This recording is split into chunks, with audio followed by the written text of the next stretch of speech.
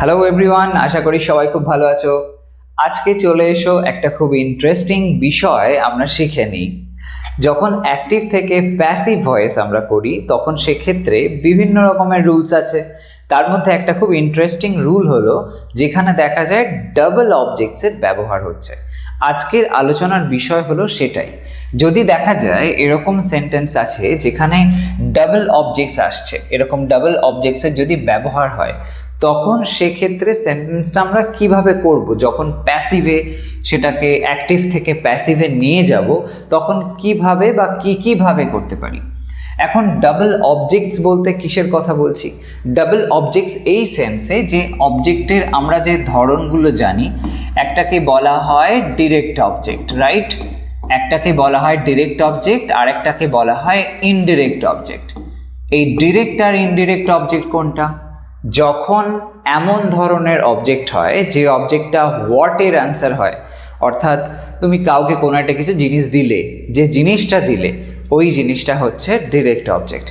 যাকে দিলে, যেটা কিনা হোম দিয়ে প্রশ্ন করলে উত্তর পাওয়া যায়, সেই যাকে দিলে এই সেন্সটা আসে, ওটা হয় ইনডিরেক্ট অবজেক্ট। তো সেটা আমরা সেন্টেন্সের মধ্যে দিয়ে বুঝে নেব। দেখো কত সহজ কনসেপ্টটা। দেখো, আই গেভ হিম সাম মানি, অর্থটা কি? আমি তাকে কিছু টাকা দিলাম, তাই তো? আমি তাকে কিছু টাকা দিলাম।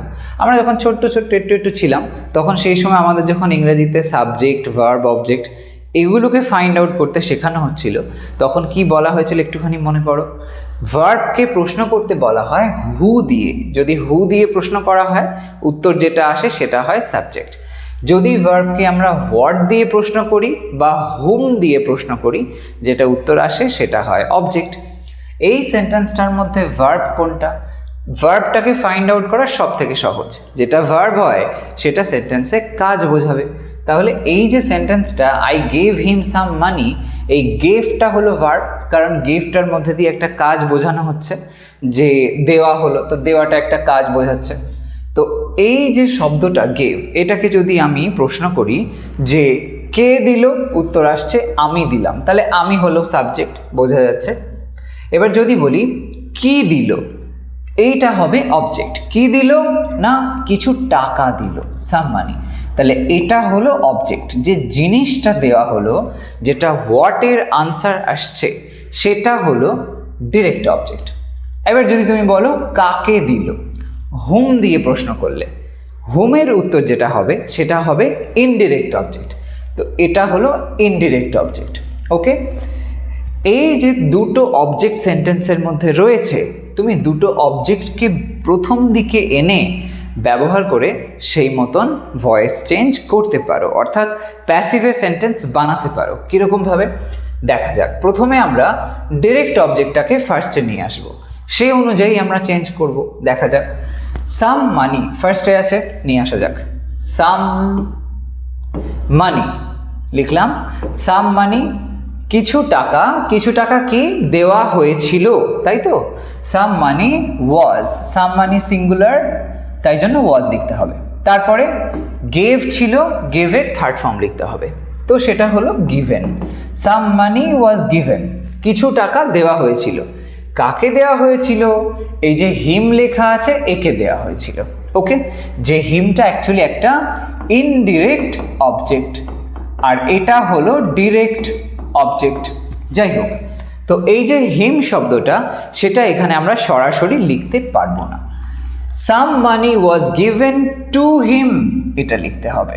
ওকে, টু হিম। যদি দেখো ডিরেক্ট বা ডাইরেক্ট এই যে অবজেক্টটা, সেটাকে শুরুতে এনে তুমি সেন্টেন্স করছো, তাহলে যেটা ইনডিরেক্ট অবজেক্ট সেটার আগে তোমায় টু লিখতে হবে। যদি দেখা যায় সেটা তুমি না করো তাহলে কিন্তু ভুল হয়ে যাবে। তাই অবশ্যই গিভেনের পরে এখানে আমাকে টু অ্যাড করতেই হবে। Some money was given to him by, I ছিল ওখানে, বাই লেখার পরে লিখবো মি, প্যাসিভ হয়ে গেল। Some money was given to him by me. এবার কি আরেকটা দেখো, যদি এবার আমরা ইনডিরেক্ট অবজেক্ট যেটা, অর্থাৎ যেটা মানুষকে বোঝাচ্ছে, সেটা যদি আমি প্রথমে আনি তাহলে কিরম হয়? কি আছে? আই গেভ হিম সাম মানি, তাহলে হিমটা শুরুতে আনলে হিম হয়ে যাবে হি। ওকে, এবার আমরা হিম যেটা ইনডিরেক্ট অবজেক্ট তাকে ফার্স্টে আনছি। লেখার পরে কি করব, অবশ্যই এক্স্যাক্টলি এখানে যেরকম ভার্বের সেকশনটা হলো একই হবে, গেভ আছে, তাহলে সিম্পল পাস্ট টেন্সে প্যাসিভের রুল অনুযায়ী ওয়াজ বা ওয়্যার আর V3 সেটা করব। তাহলে একইভাবে হি এর পরে সিঙ্গুলার হিসেবে হি, তাই জন্য ওয়াজ লিখব। তারপর গিভ এ থার্ড ফর্ম, সেটা লিখে দেবো, হি ওয়াজ গিভেন, তাকে দেওয়া হয়েছিল। কি দেওয়া হয়েছিল? তাকে দেওয়া হয়েছিল কিছু টাকা। এখানে কিন্তু আর টু এর ব্যবহার হবে না। ওকে, এখানে টু এর ব্যবহার করতে হবে না। ডাইরেক্ট অবজেক্ট যদি শুরুতে আনো তখন ইনডিরেক্ট অবজেক্টের আগে টু বসে, কিন্তু ইনডিরেক্ট অবজেক্ট যদি শুরুতে আসে তাহলে ডাইরেক্ট অবজেক্টের আগে টু লাগে না। এটাকে খেয়াল রেখো। He was given some money by me, একই বিষয়টা দাঁড়ালো। কত সহজে আমরা এটা করতে পারলাম। এবার এই দুটো যে বিশেষ ধরন আছে, এই দুই ধরনের মধ্যে প্রথম যে আমি লাইনটা লিখলাম, সেন্টেন্সটা, এই ধরনের সেন্টেন্সটাই কিন্তু বেশি একাডেমিক লেভেলে প্রেফার করা হয়, স্ট্যান্ডার্ড ধরা হয়। তো সেই সেন্স থেকে প্রথম যে রুলটা, যেখানে টু আসছে, এই রুলটা ফলো করে তোমরা করতে পারো। পরের সেন্টেন্সটা দেখো, আরও ব্যাপারগুলো যদি কনফিউশন থাকে ক্লিয়ার হয়ে যাবে। You are writing me a letter, তুমি আমাকে একটা চিঠি লিখছো, এখন লিখছো, বর্তমানে লিখছো। You are writing me a letter, এখানেও একই ব্যাপার আসছে, কি লিখছো? চিঠি লিখছো। তাহলে এইটা হলো ডিরেক্ট অবজেক্ট, রাইট? এবার যদি বলি কাকে লিখছো, মি, আমাকে লিখছো, তাহলে এইটা হচ্ছে ইনডিরেক্ট অবজেক্ট। তো ডিরেক্ট অবজেক্টকে ফার্স্টে নিয়ে এসে করা যাক। আর লেটার ফার্স্টে লিখবো, লিখলাম।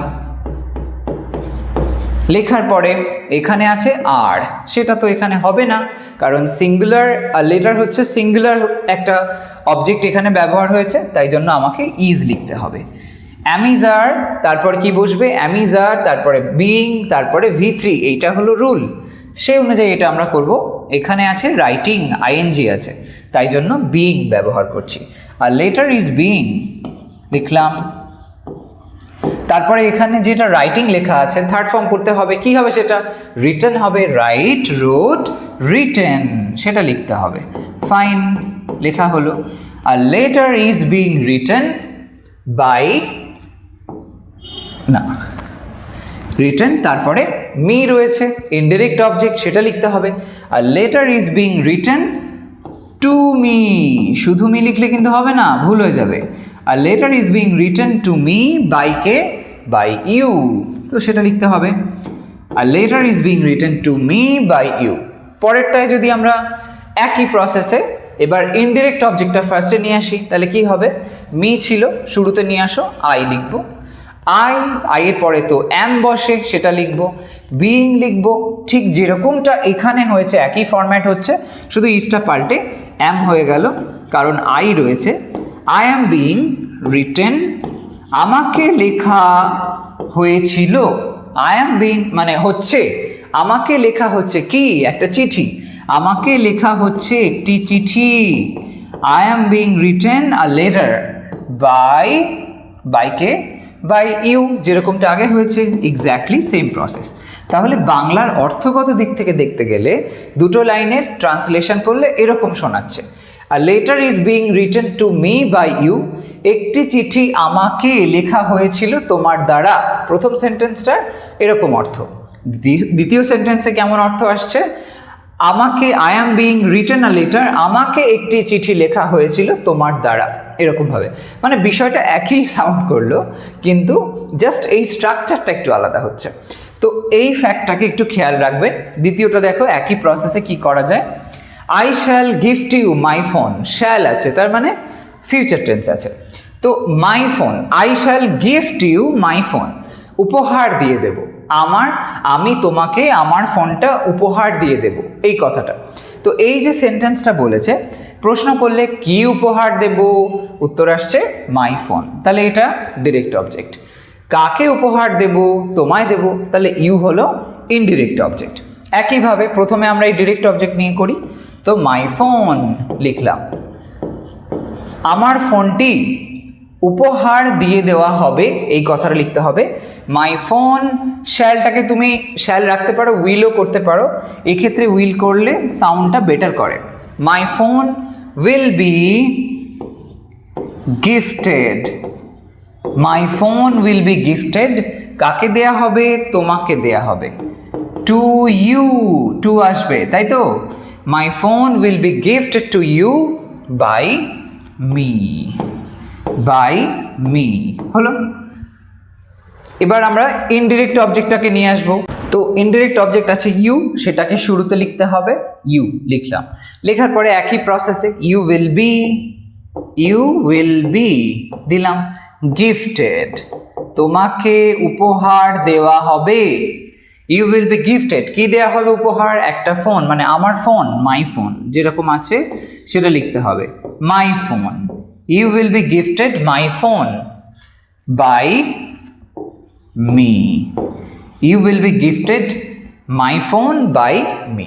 তাহলে এই যে সেন্টেন্সটা হলো একই প্রসেসে হচ্ছে। চলো আরো দুটো এক্সাম্পল দেখে নেওয়া যাক। They have sent me a photograph, মানে তারা আমাকে একটি ছবি পাঠিয়েছে। এখানে কি পাঠিয়েছে? ছবি পাঠিয়েছে। এই যে একটি ছবি, এটা হলো ডিরেক্ট অবজেক্ট।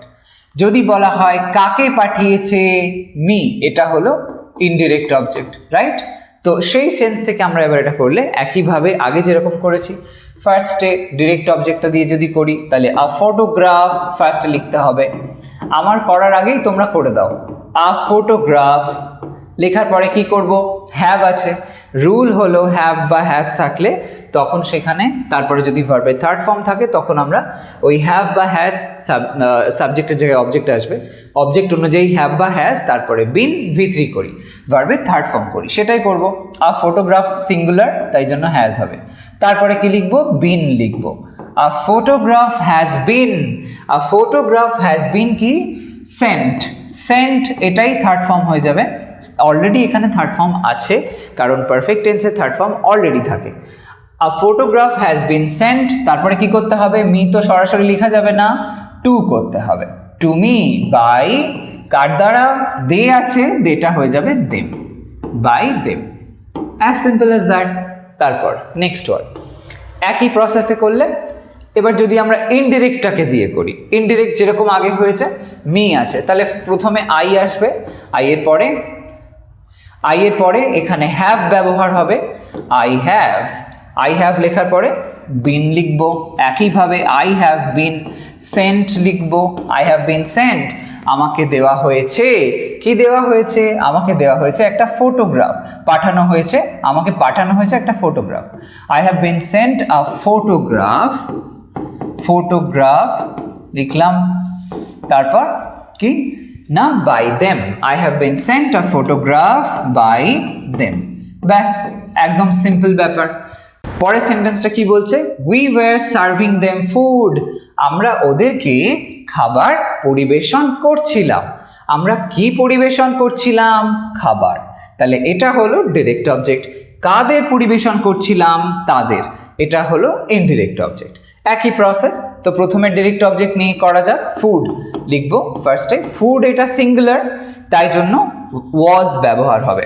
এখানে দেখতে পাচ্ছ কন্টিনিউয়াস টেন্স আছে, পাস্ট কন্টিনিউয়াস, আর কন্টিনিউয়াস মানেই হচ্ছে বিইং তোমায় লিখতে হবে কন্টিনিউটিটা বোঝানোর জন্য। তো এখানে আইএনজি দেখতে পাচ্ছি সার্ভিং, তো আমাকে বিইং ব্যবহার করে দিতে হবে। কি হলো? ফুড ওয়াজ বিইং লেখার পরে সার্ভ শব্দটা থার্ড ফর্ম লিখতে হবে, served. Food was being served, কাদেরকে? তাদেরকে, তো দেম লিখলে হবে না, টু দেম লিখবো। লেখা যাক, টু দেম লিখলাম। তারপর কি হবে? বাই দেব, বাই দেওয়ার পরে উইটা রয়েছে, উইটাকে আস করে দেব, উই হয়ে যায় আস অবজেক্ট ফর্মে। তারপর যদি আমরা এবার দেমকে নিয়ে লিখি, অর্থাৎ দেম ফার্স্টে আসলে হয়ে যাবে দে। তারপরে কি হবে? দের পরে তো ওয়াজ হয় না, ওয়্যার হয়, সেটা লিখবো দে ওয়্যার। তারপরে একই প্রসেস, বিইং সার্ভড, এই জিনিসটাই লিখতে হবে, দে ওয়্যার বিইং সার্ভড, তাদেরকে দেওয়া হলো, পরিবেশন করা হলো। কি পরিবেশন করা হলো? না খাবার। তো সেখানে আর টু এর ব্যাপার আসছে না, লিখলাম ফুড বাই আস হয়ে যাবে, যেরকম ছিল আগেরটাতে। তো এরকমভাবে যদি দুটো অবজেক্ট থাকে যেখানে একটি হলো ডিরেক্ট অবজেক্ট আর একটি হলো ইনডিরেক্ট অবজেক্ট, তখন এই দুইভাবে তোমরা প্যাসিভ করতে পারো। কিন্তু টু দিয়ে যেটা হচ্ছে, অর্থাৎ শুরুতে ডিরেক্ট অবজেক্ট এনে যে প্রসেসটা দেখালাম, প্রথমে যে প্রসেসটা প্রত্যেক ক্ষেত্রে দেখিয়েছি, ওটা বেশি স্ট্যান্ডার্ড ধরা হয়। যাই হোক, এরকমভাবে তোমরা সেন্টেন্সেস বানাও, কোথাও কনফিউশন হলে কমেন্টে জানাতে ভুলো না। বাই দ্য ওয়ে, ভিডিওটাকে লাইক করো, শেয়ার করো সমস্ত ফ্রেন্ডসের সাথে, আর চ্যানেলটা এখনো সাবস্ক্রাইব না করে থাকলে ডেফিনেটলি করে নিও, কারণ এই ধরনের ইনফরমেটিভ ভিডিওস তোমরা আমার চ্যানেল থেকে পেতেই থাকবে। আজ তবে আসি, সবাই ভালো থাকো, সুস্থ থাকো, বাই।